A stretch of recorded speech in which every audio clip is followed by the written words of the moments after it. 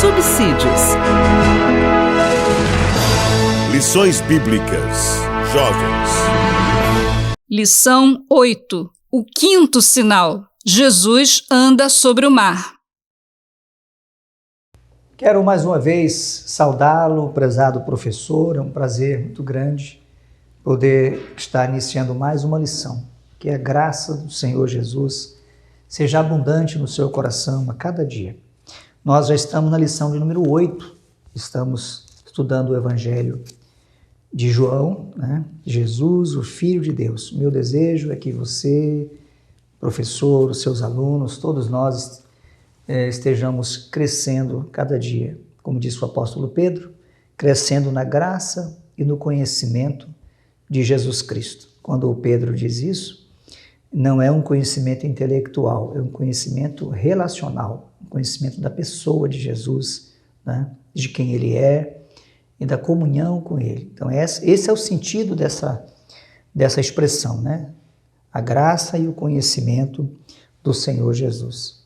E hoje nós estudaremos sobre o quinto sinal. Jesus anda sobre o mar. Em alguns pontos nós queremos destacar em relação a esse texto. Vamos mais uma vez agradecer a Deus e pedir que Ele nos abençoe. Pai, em nome de Jesus, te louvamos, Senhor, por esse trimestre, por estas aulas, pela vida de cada professor, que o Senhor esteja ajudando, abençoando cada um nesse ministério tão importante. Abençoa toda a juventude assembleiana, Senhor, nossos irmãos, todos que forem alcançados com estes vídeos, que a Tua presença esteja com cada um. Pai, nós te pedimos agradecidos em nome de Jesus. O quinto sinal, Jesus anda sobre o mar. Texto principal.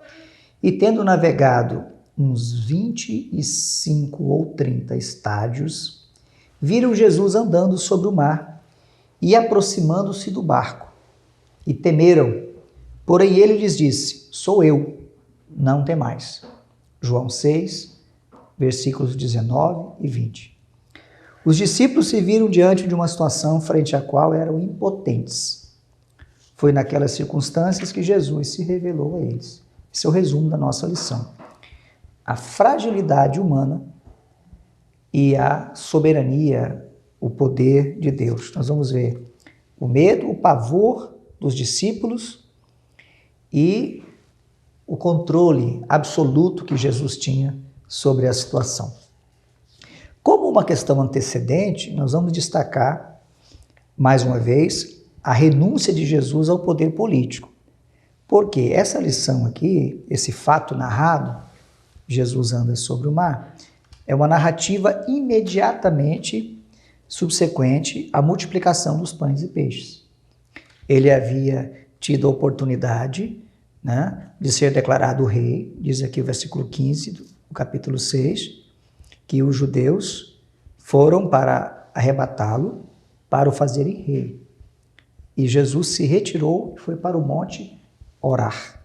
Então, ele renunciou, né, ao poder político e foi orar. E nesse meio de tempo, ou seja, antes de ir, ele dá uma ordem aos discípulos. Nós vamos destacar isso também na lição de hoje, que Jesus ordena aos discípulos. Inclusive, há uma expressão no grego que o evangelista Marcos utiliza, que é anankazo.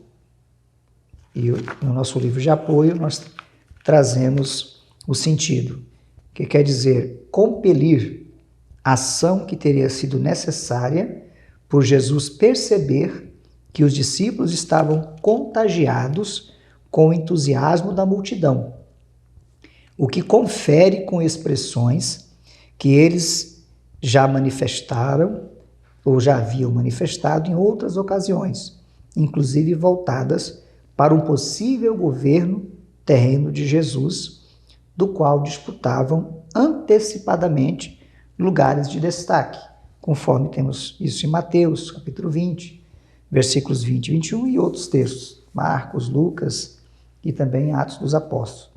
Então veja, depois da multiplicação dos pães, houve todo um cenário favorável, um ambiente favorável para Jesus, né?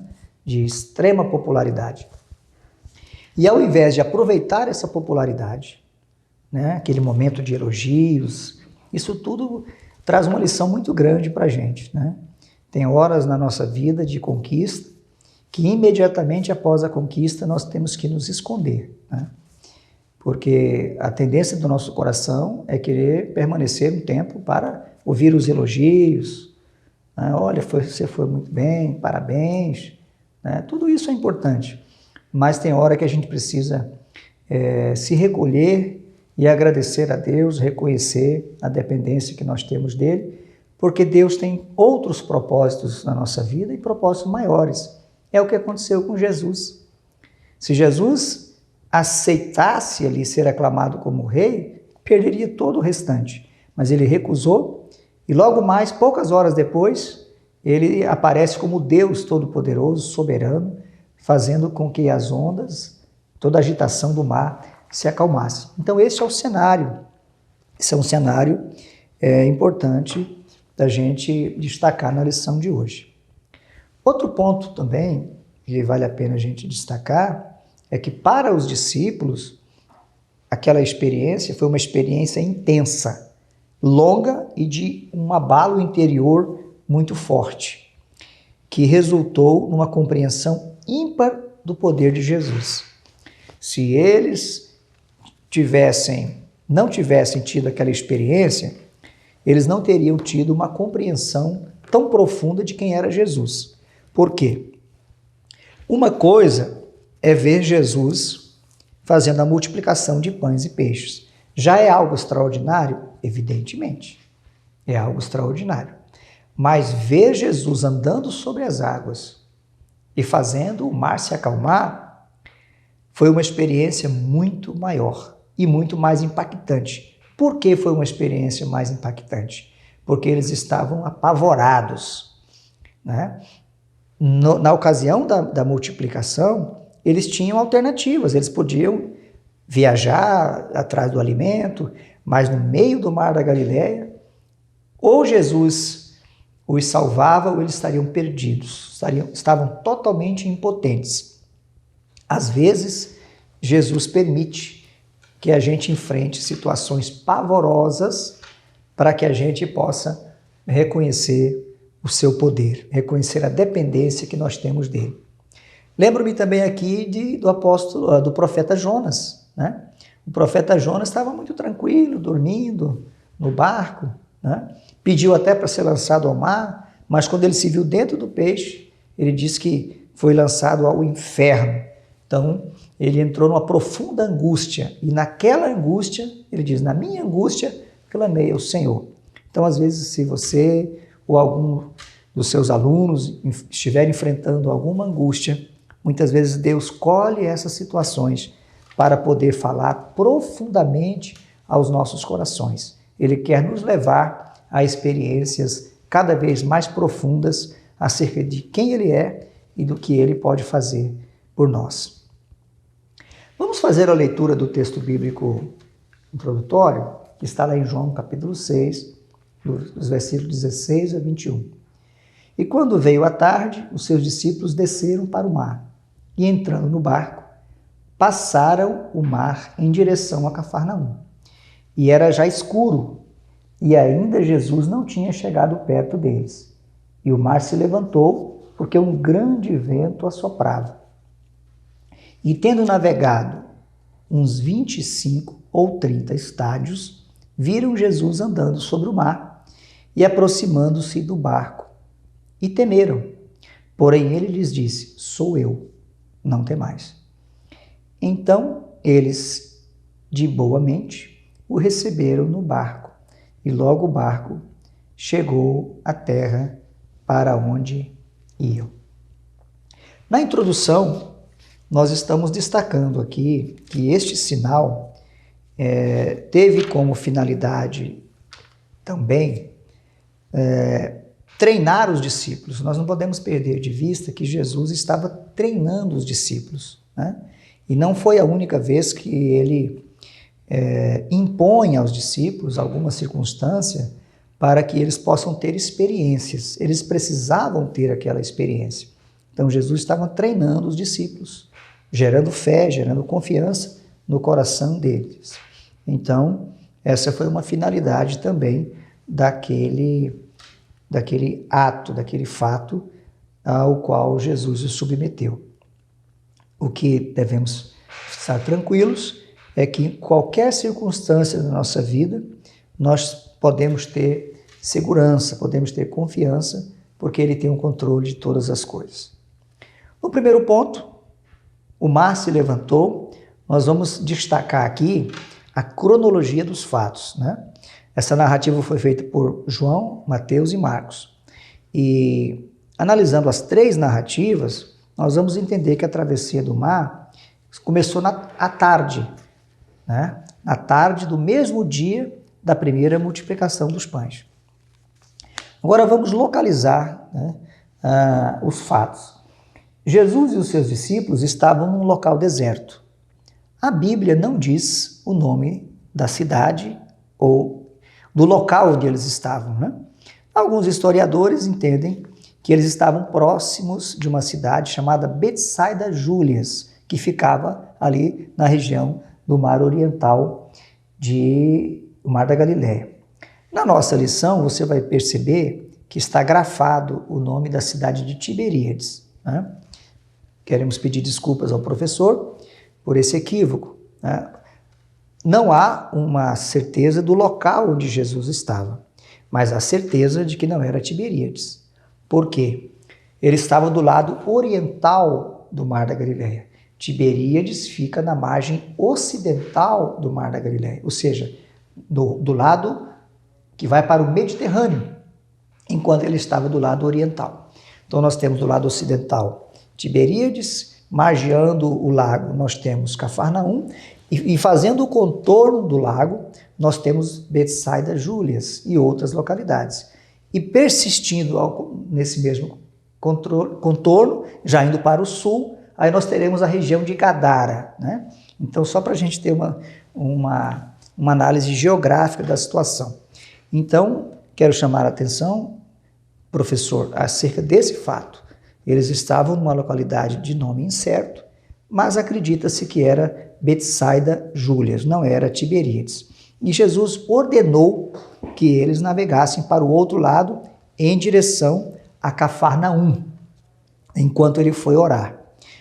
A travessia demandava algumas horas, especialmente em condições difíceis, como naquela noite, e com embarcações primitivas.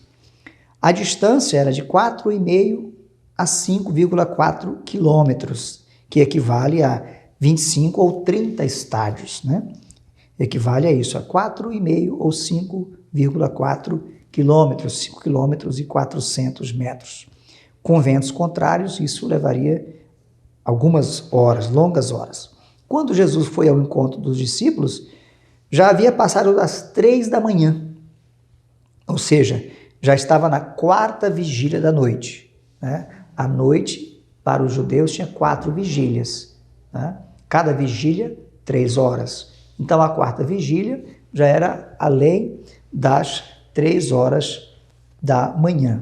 Mateus registra que era a 4ª vigília, como eu já afirmei. Portanto, eles já estavam no mar aproximadamente há 12 horas. Então, imagina o pavor, a instabilidade que reinava.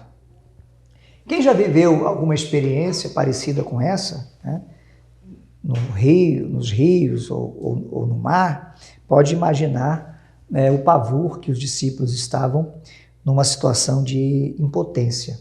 Uma embarcação açoitada pelas ondas.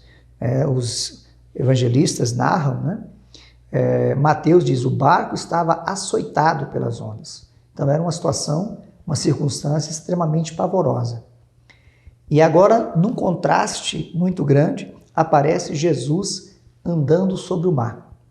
O Mestre se revelou como soberano, né? Que mesmo diante de qualquer tempestade, jamais perde o controle da situação a ponto de andar sobre as águas. Então este é o cenário.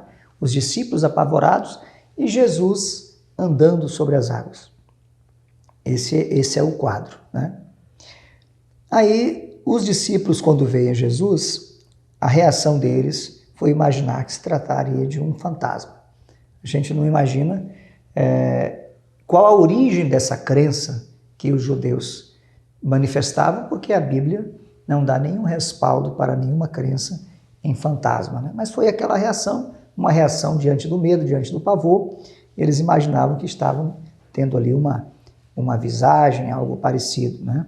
E não seria uma visão real. Mas então Jesus se apresenta, né, para eles, usando, aliás, a mesma expressão que ele usaria em outras partes, só no sentido inverso, né? Sou eu, ou seja, eu sou Jesus, eu sou Deus, eu tenho o controle da situação. Não temas. Aquela palavra deveria ser suficiente para os discípulos, mas Pedro, não crendo na palavra de Jesus, pede a ele para que possa ir até onde Jesus estava, andando sobre as águas.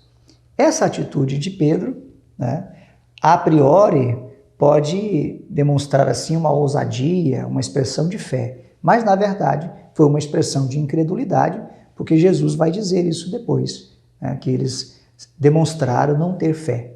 Então a atitude de Pedro não foi elogiada por Jesus como uma atitude louvável. É como alguém que exige uma prova de Deus de que o que ele está falando é a verdade.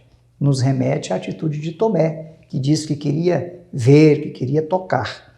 E nós precisamos crer na palavra de Deus e não exigir que ele esteja provando para nós que a sua palavra é a verdade. Esse é um ponto importante de ser destacado. O segundo ponto fala do processo da revelação de Jesus, né? Ele se apresenta aos discípulos que estavam com medo, né? E então, após isso, após a dúvida, a incredulidade de Pedro, ele chega até o barco e tudo então volta a se acalmar, né? E os discípulos vencem aquele período de medo, de instabilidade e reconhecem agora em Jesus alguém que tem poder também sobre as tempestades, qualquer tipo de agitação da natureza, nada pode abalar o poder de Deus. Então esse é um ponto que eu acredito também ser bastante relevante, que é o fato de Jesus estar mostrando ali o seu poder sobre a natureza. Como Criador da natureza, não poderia ser diferente, né? Essa revelação de Jesus aos discípulos, como aquele que é o soberano, que tem poder sobre a natureza, reafirma o seu caráter de Criador. Ele sendo o Criador dos céus e da terra e de tudo quanto neles há, não é afetado por nenhum fenômeno da natureza. Então, os discípulos passam a ter então essa compreensão mais profunda acerca da natureza de Jesus. A gente destaca também, professor, aqui nesse ponto, o perigo da apostasia, né?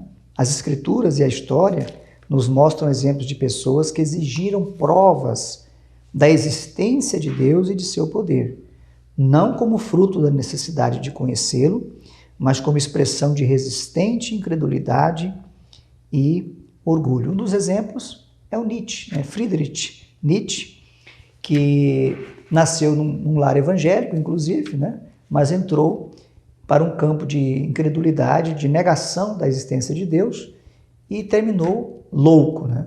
Ficou longos anos da sua vida louco e até dizendo que era o Cristo, né? Então ele é um dos exemplos de como entra-se no estado de loucura quando se exige uma prova da existência de Deus, né? Deus ele já se revela pelas coisas que estão criadas. A Bíblia diz: os céus manifestam a glória de Deus e o firmamento anuncia a obra das suas mãos. É a revelação de Deus natural. E agora temos a revelação de Deus pela sua palavra. E a palavra de Deus pregada é que revela, que produz fé em nosso coração. E a revelação de Deus pessoal ou encarnada foi a própria pessoa de Jesus quando se fez carne e esteve entre nós. Então, precisamos ter muito cuidado para que o nosso orgulho, a nossa incredulidade não nos afaste de Deus.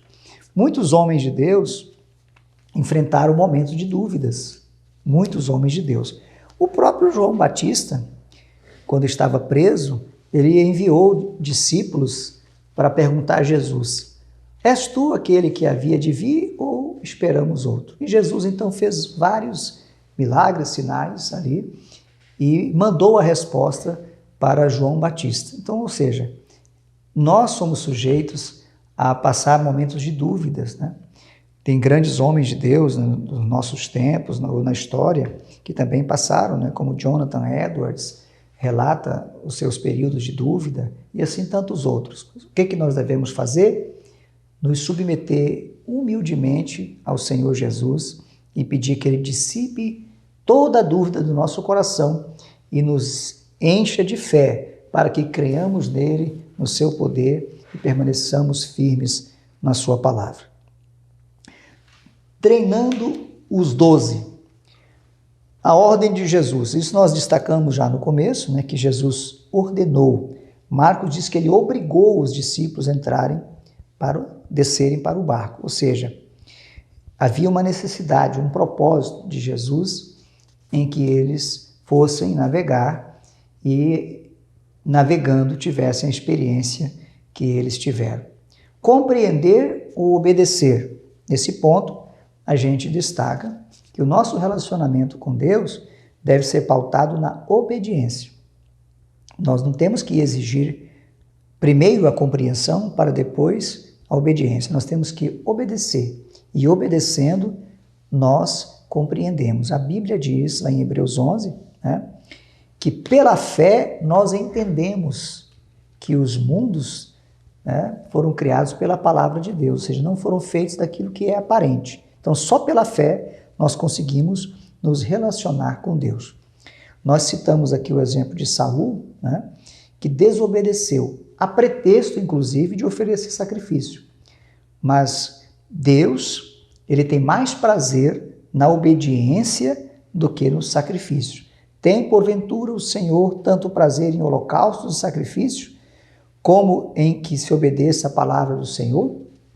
Eis que o obedecer é melhor do que o sacrificar, e o atender melhor do que a gordura de carneiros.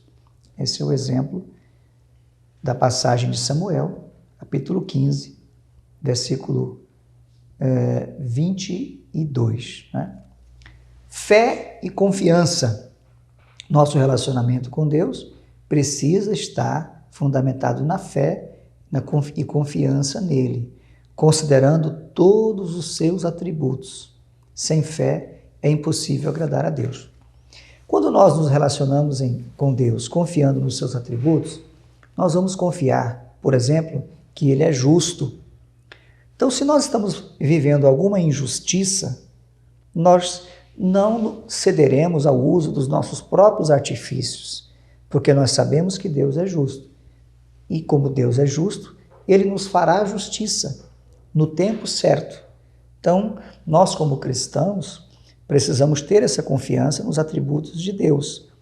Deus é fiel, Ele é verdadeiro, nunca nos fará nenhum mal, né? Os discípulos, numa outra ocasião, quando eles estavam navegando e veio a tempestade, e Jesus estava dormindo no barco, eles disseram: mestre, o senhor não se importa que a gente pereça? Ou seja, eles duvidaram do caráter de Jesus, acharam que Jesus estava ali e não se importava com eles. Então eles não creram na palavra de Jesus, que diz que nós passemos para outra banda. Mesmo que nós estejamos enfrentando dificuldades, temos que crer em Deus e no seu caráter, saber que Ele é perfeitamente bom, que Ele é perfeitamente justo. Nisso reside a nossa fé e a nossa confiança. O exemplo aqui é o exemplo de Abraão, né? Que cria em Deus a ponto de ofertar, de entregar o seu próprio filho, porque ele creu que Deus era poderoso para até dos mortos o ressuscitar. Deus sempre pede de nós renúncias e entregas envolvendo diversas áreas de nossa vida. Confiar nele e nos entregar é sempre o melhor. A abnegação faz parte da essência da vida cristã. E assim nós estamos chegando ao final da nossa lição de hoje, né? A conclusão diz assim: servimos a um Deus gracioso e cheio de misericórdia, que sempre quer se relacionar conosco. Para isso, precisamos ter fé. As mesmas tempestades que expõem nossas fraquezas e nosso medo servem para nos aproximar de Jesus e nos fazer conhecê-lo melhor. Precisamos buscá-lo mais, numa atitude de profunda humildade, reconhecendo nossas limitações. Com ele chegaremos à terra firme. Sabemos, inclusive, professor, que o período da juventude costuma ser um período de muitas dúvidas, de muita instabilidade emocional. Então a lição de hoje nos dá um exemplo de, inclusive, transmitir o nosso próprio testemunho, né, das experiências que nós já vivemos ao longo do nosso tempo de vida e de como Deus tem sido fiel em todo o tempo da nossa vida. E a mesma forma como Ele tem sido fiel conosco e com todos aqueles que creem nele, Ele também o será na vida dos nossos alunos, né, dos jovens que hoje estão no tempo de dúvida, de incerteza em relação à profissão, ao estudo, ao casamento e assim por diante, a questão do ministério, de servir a Deus, mas que nós possamos encorajar os jovens para que eles compreendam que as adversidades às quais Deus nos submete ou permite que nós passemos, elas servem para que Ele trabalhe melhor a nossa confiança, a nossa fé, gere fé em nosso coração, produza em nós o caráter de Cristo, a confiança que nós precisamos ter nele, né? E seguir sempre o modelo de Jesus, que foi obediente ao Pai em tudo. Em tudo ele obedeceu ao Pai. E todo aquele que obedece é recompensado. Inclusive, o nosso relacionamento com os nossos pais naturais, né? Um jovem, ele não tem discernimento ainda para compreender a razão das ordens que são dadas pelos seus pais. Por isso a Bíblia diz que os filhos devem obedecer aos seus pais, né?